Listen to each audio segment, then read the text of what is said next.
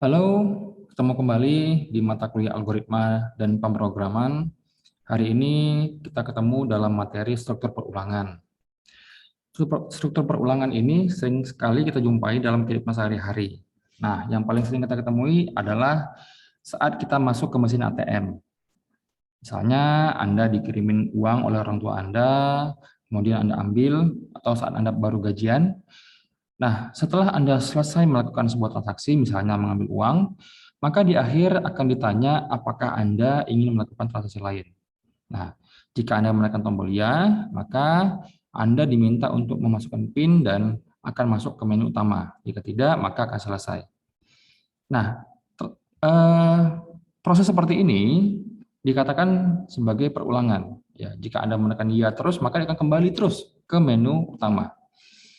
Ya, jadi perulangan ini sebenarnya sangat penting dalam sebuah pemrograman.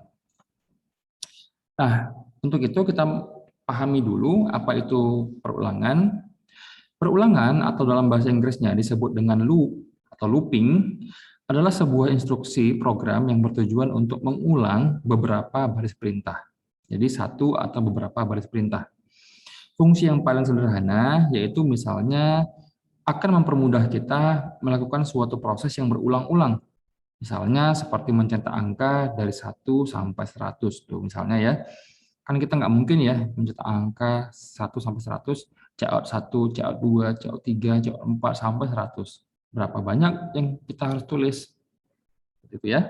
Nah, untuk mempelajari perulangan, maka kita akan pelajari secara garis besar di semua bahasa pemrograman itu ada 3, yaitu for, while, dan do while. 3 ini secara garis besarnya.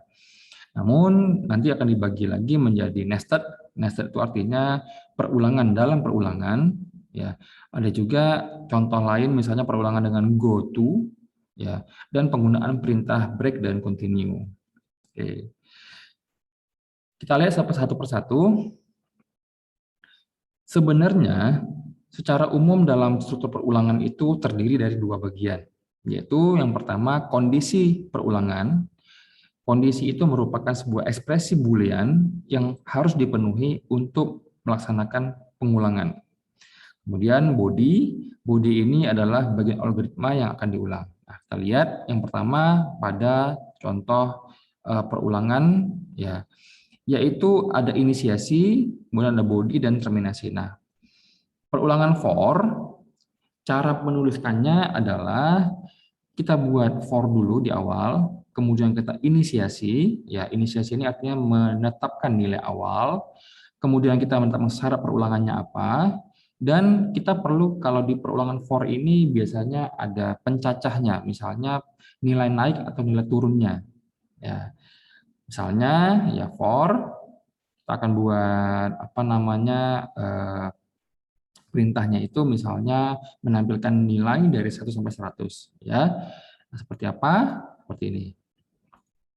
Langsung saja ke sini ya. Jadi kita langsung contoh di sebelah kanan, kita ambil contoh yang pertama ini. Jadi di sini ada for. Kita buat dulu nilai awalnya ya. For nilai awalnya adalah int a. Int a boleh kita buat int-nya di dalam sini atau int-nya di luar. Jadi int a-nya di luar. Sama saja ya. Biar pendek kita buat di dalam saja int a. Nilai A ini kita buat misalnya awalnya adalah 1. Selesaikan untuk inisiasi, pindah ke kondisi misalnya. Dia akan terus mengulang hingga ya A ini nilainya sama dengan ya lebih kecil atau sama dengan 10. Kemudian dia akan menaik dengan pencacah ya, pencacahnya A++. Seperti kita pernah belajari di operator ya. Nah, plus plus itu merupakan operator increment, nilai penaik. Jadi A++ itu sama dengan, kalau kita bisa artikan ya, A sama dengan A tambah 1. Itu artinya. Jadi kalau nilainya tadi A-nya ini 1, maka A tambah 1 2. Ya, dia akan cek lagi ke sini. Kalau apakah 2 lebih kecil dari 10? Oh iya, maka ulang terus nih. Ya, kalau pencacahnya nanti sudah mencapai nilai 10, maka dia berhenti. Kenapa berhenti? Karena apakah 10 kecil sama dengan 10? Ya, maka dia berhenti. Nah, seperti ini ya. Kemudian kita perlu bikin bodinya ditandai dengan tanda kurung berawal buka seperti ini. Ya. Kita mau keluarin apa nih misalnya? Seandainya kita mau keluarin ya nilai A-nya misalnya gitu. Maka kalau ini dijalankan, yang muncul adalah nilai A 1 hingga dinaikin terus sampai nilainya menjadi 100. Ya, ini saya geser sedikit karena sudah hilang. Kita compile dulu, berhasil compile-nya, execute saja, kita compile and run. Nah, di sini terlihat angka 1, 2. Nah, ini nyambung terus. Kenapa nyambung terus, Pak? Ya, karena di sini kita tidak memberikan spasi. Kalau misalnya kita memberikan spasi, ya seperti ini, kita kasih spasi. Nah, ini ada spasinya ya. Maka nanti saat kita execute, kita compile and run, maka hasilnya akan ada spasinya. Gimana Pak supaya dia enter ke bawah? Nah, supaya enter ke bawah, pakai apa? ENDL ya, atau ENDL. ENDL, seperti ini. Oke, kita execute lagi, kita bisa juga compile and run.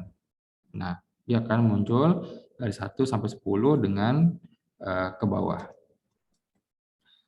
Baik, contoh berikutnya adalah dengan cara minus-minus. Nah, kalau tadi nilai awalnya 1, yang minus-minus ini nilai awal 10. Ya, jadi kita buat nilai awalnya 10.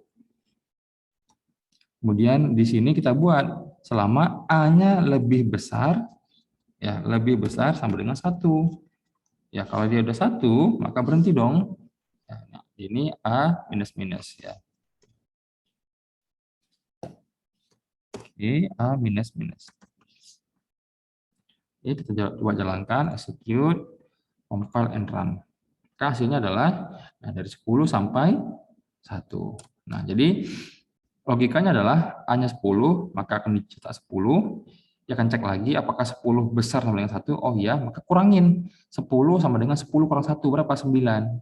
Kita dicetak 10, 9 sampai dia nilainya adalah 1. Udah ya? Nah, biasanya for ini digunakan untuk perulangan yang nilai awal dan nilai akhirnya sudah kita ketahui. Ya, jadi kalau nilai awal dan nilai akhir sudah diketahui, biasanya kita akan menggunakan perulangan dengan for. Ingat ya, ini dia. Tingkat lanjut dari for yaitu adalah perulangan nested for atau perulangan dalam perulangan.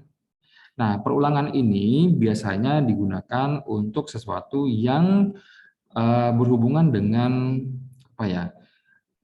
Perulangan itu perlu selesai dulu. Perulangan itu akan selesai jika perulangan lain yang lainnya sudah selesai. Oke, kita lihat contohnya ya. Jadi contoh di sini adalah, ini saya hapus dulu. Membuat ya, kita mulai.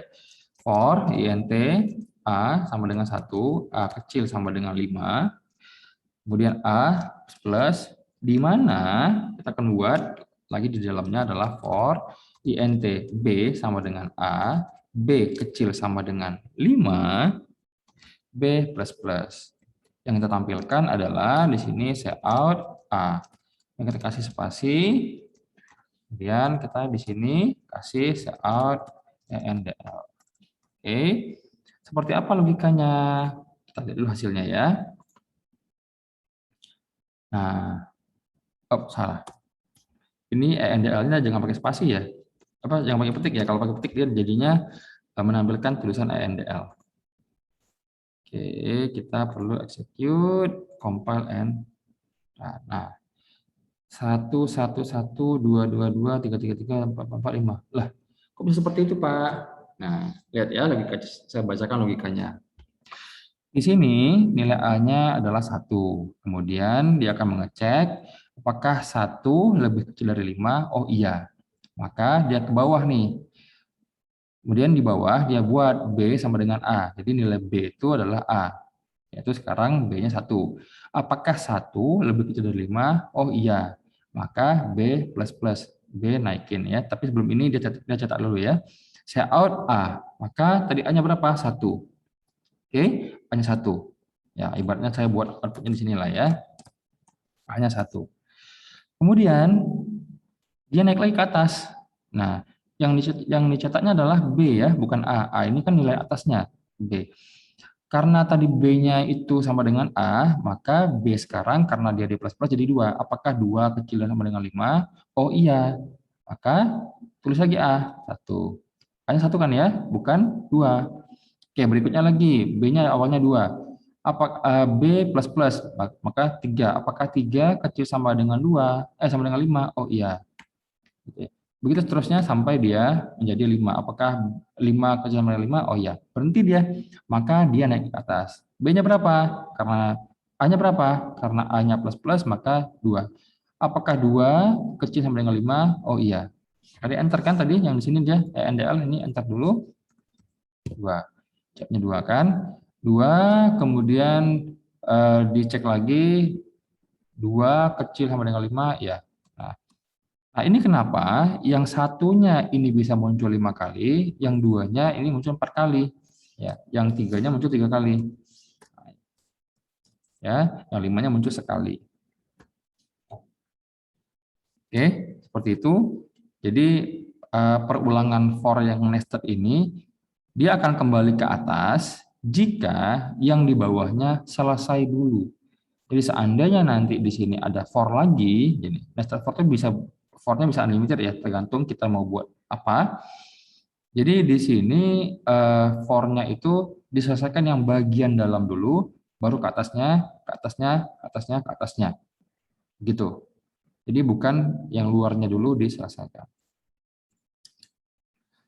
Oke ya, lanjut.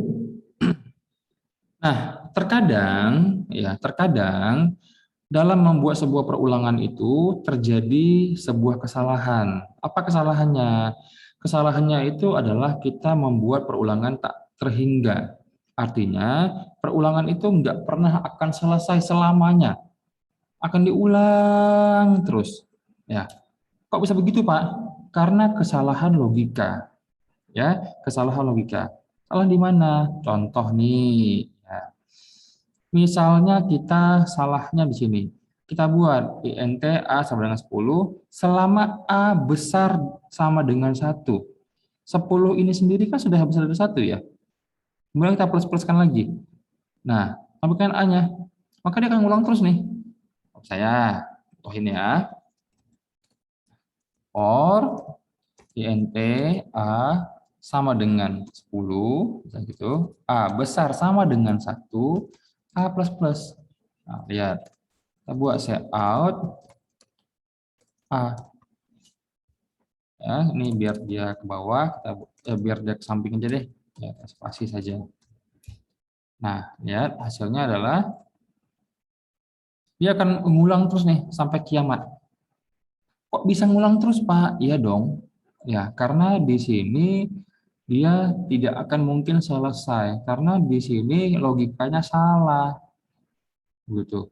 Jadi ini zaman dahulu kalau komputer-komputer yang sudah lama, komputer-komputer yang awal-awal komputer ini akan terjadi bug namanya. Nah, dengan bug ini maka seluruh komputernya akan down. Nah, untuk menghentikan ini, kalau teman-teman sudah mengalami kejadian ini, Ctrl C saja. Nah, Ctrl C maka dia akan hilang. Hati-hati ya. Atau bisa juga dengan Ctrl pause atau Ctrl break. Oke, berikutnya GoTo. Nah, GoTo ini sebenarnya tricky ya. Kenapa tricky? Karena GoTo ini sebenarnya tidak termasuk dalam perulangan. Hanya saja dia bisa membuat kembali ke atas ya, atau kembali ke perulangan tertentu. Misal begini. Nah, kita nggak usah buat yang ini, tapi kita coba buat untuk yang misalnya kita akan coba buat out, misalnya apa namanya, masukkan nama misalnya gitu ya. Anda siapa? Kita perlu di sini string nama, kemudian kita perlu juga perulangan ya, mau pakai char boleh, mau pakai angka boleh ya. Karena ini char, kita nak char aja deh ya. Char misalnya ulang ya. Ulang, kemudian kita buat di sini lagi misalnya gitu. Kasih titik 2. Oke, ini biar mudah, langsung saja cin nama. Kemudian kita buat hasilnya ya. Hasilnya kita buat di sini out nama Anda. Jadi nama Anda kita buat di sini adalah nama. Biar pindah baris NDL, kemudian kita tanya out mau ulang, ya, dalam kurung Y atau T. Jadi minta user masukkan Y atau T gitu ya. Oke, kemudian di sini kita kasih cin, yaitu ulang. Buat di sini if ya, if ulang sama dengan Y, jika dia ngomong Y, maka suruh go to kemana? Ke ini lagi ya, lagi. Oke, selesai. Lihat ya, kita execute, kita compile and run, kemudian kita lihat masukkan nama Anda, siapa nama Anda? Yodi. Oke, nama Anda Yodi, ulang lagi. Oh iya, masukkan nama lagi ya, Yodi. Ulang lagi ya, Yodi. Nah, seperti itu. Jadi ini bisa digunakan untuk perulangan hasil T, maka dia akan selesai. Itu mudah sekali untuk goto. Jadi goto ini melihat ini titik dua ini. Jadi kalau ada sebuah string ya dengan titik dua, nah ini bisa kita gunakan untuk perintah goto. Apapun itu. Oke, berikutnya adalah perulangan while. Jadi perulangan while ini merupakan sebuah instruksi perulangan yang mirip dengan for. Mirip saja ya. Namun while ini ditentukan oleh syarat tertentu, yaitu pengulangan akan terus dilakukan selama syarat tersebut terpenuhi. Nah, strukturnya adalah while, kemudian apa syaratnya dalam kurung, dan apa bodinya, apa perintah yang akan dilakukan. Oke, kita lihat. Misalnya, kita akan juga membuat perintah untuk menampilkan angka 1 sampai 10 ya. Nah, tadi dengan for kita membuat begini, for int a sama dengan 1, a kecil sama dengan 10, a plus plus gitu ya. Kemudian di sini kita buat cout a. Ini kita buat spasi saja seperti ini. Nah, ini untuk yang perintah for. Sedangkan untuk perintah while cara buatnya begini. Nah, while kemudian kita buat apa kondisinya? Misalnya kondisinya a kecil sama dengan 10, kecil sama dengan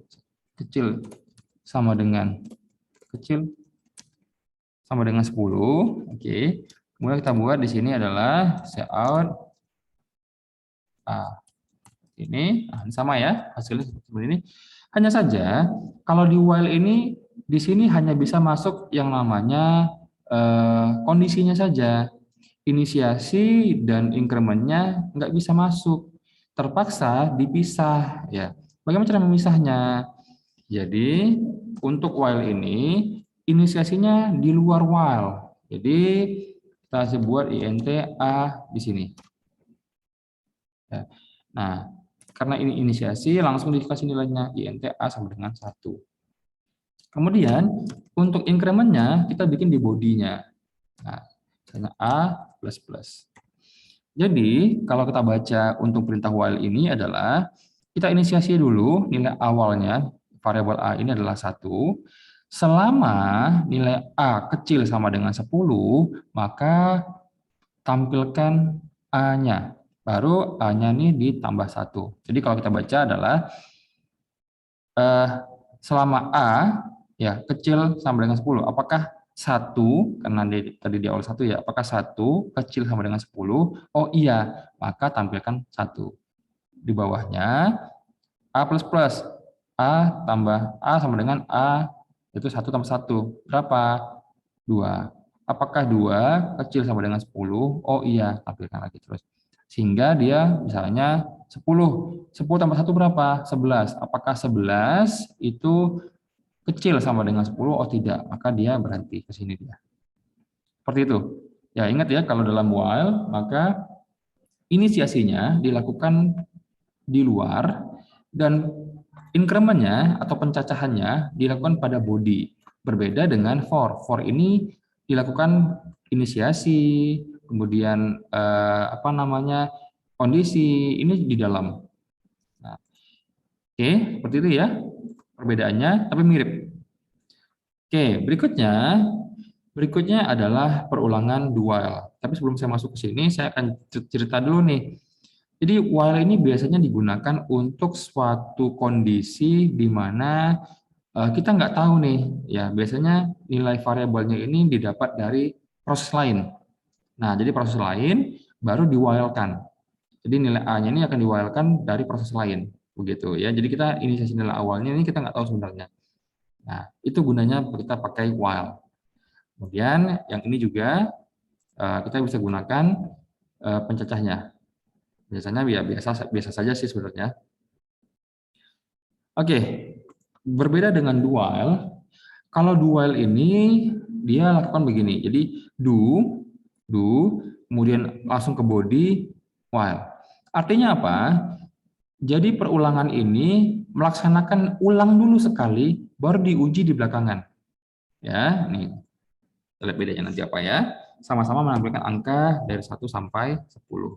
Lihat.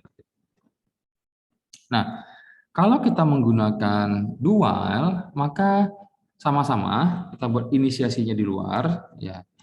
INTA sama dengan 1, ini inisiasi di luar. Kemudian kita bikin do. Nah, do apa? Say out, misalnya A. Oke. Kemudian A plus plus. Nah, baru di sini while-nya. Oke. A kecil sama dengan 10. Oke, kita lihat ya. Apakah berhasil? Execute, kita akan run. Nah, munculnya 1 sampai 10. Nah, apa bedanya? Bedanya begini. Kalau yang ini ya, yang apa namanya? Yang perintah ini dia akan menjalankan sekali dulu baru dicek. Nah, permasalahannya adalah jika kondisi di bawahnya itu berbeda dengan langsung salah gitu ya, langsung false, dia tetap nyetak dulu nih. Contoh misalnya, saya buat selama A, ya misalnya kita balik lah ya, eh, kecil sama dengan misalnya 0, ya, kecil sama dengan 0, kan berbeda ya. Ya. Maka ini dia langsung berhenti, tetapi dia tetap tulis 1 dulu. Lihat ya, sampai run. Tuh. Dia tetap tulis 1 dulu. Berbeda dengan kalau kita buat yang atas tadi. Ini ya, saya hilangin dulu.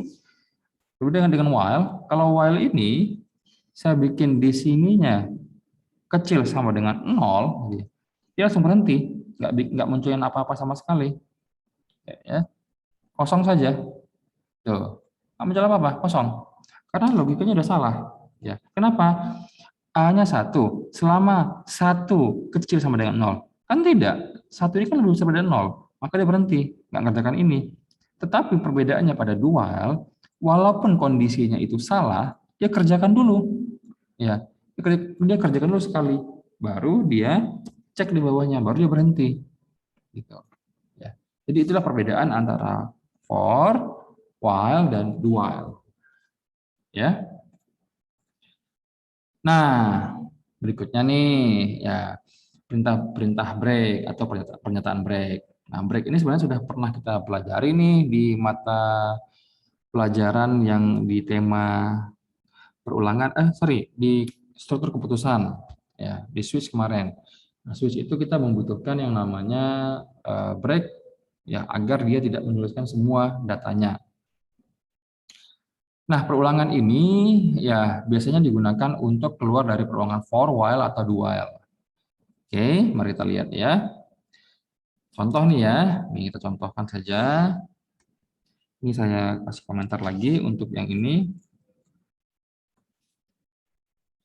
Oke, kita boleh bawahnya saja. Ini ada int a sama dengan 1, nilai awalnya 1. Kita coba do, dan apa di situ kita lakukan? If c, if a besar sama dengan 6, nah, jadi dia mengeksklud 6 ini, ngapain? Break dong. Ya, break dulu. Oke, set out A.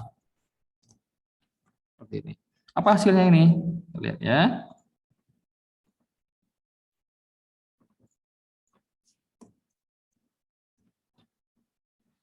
Apa hasilnya? Kita lihat. Eh,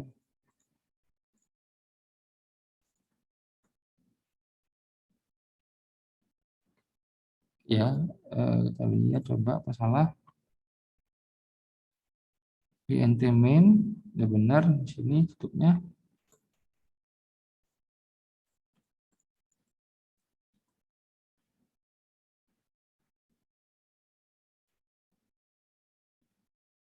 Execute.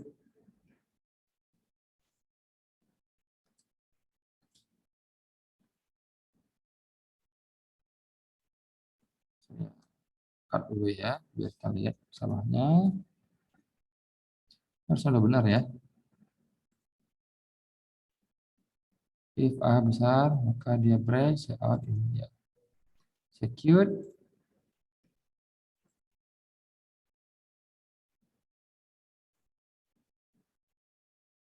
Coba saya berhasil ya, benar, nggak ada masalah. Oke, do. Oh, salahnya di sini ya. Apa salahnya? While-nya kurang ya. Oke, ternyata yang salah itu adalah while-nya kurang. Nah, taruh di sini. While apa? While A plus plus. Kita lihat. Execute. Satu koma.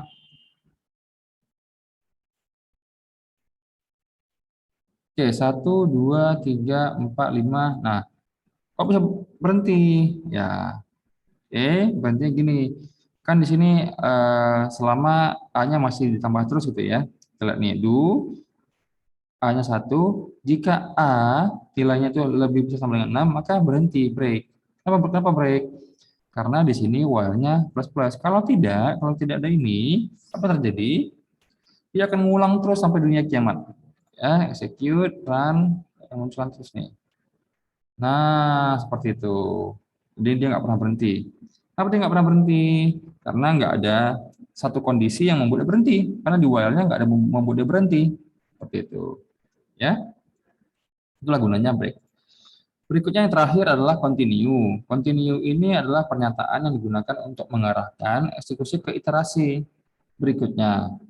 Jadi dengan menggunakan ini, ya continue ini akan mengembalikan proses yang sedang dilakukan ke awal perulangan lagi tanpa menjalankan sisa perintah dalam perulangan. Kita lihat ya. Jadi misalnya kita punya satu perulangan for di sini. Oke. Jadi ada for dalam kurung int a sama dengan 1, a kecil sama dengan 10, a plus plus. Kemudian kita coba untuk if ya, jika nilai a-nya sama dengan jadi kalau sama dengannya 2 kali itu artinya operator perbandingan ya. Dia akan membandingkan nilai a dengan 6. Continue, gitu kan ya. Nah, jika tidak, maka ini salah, maaf.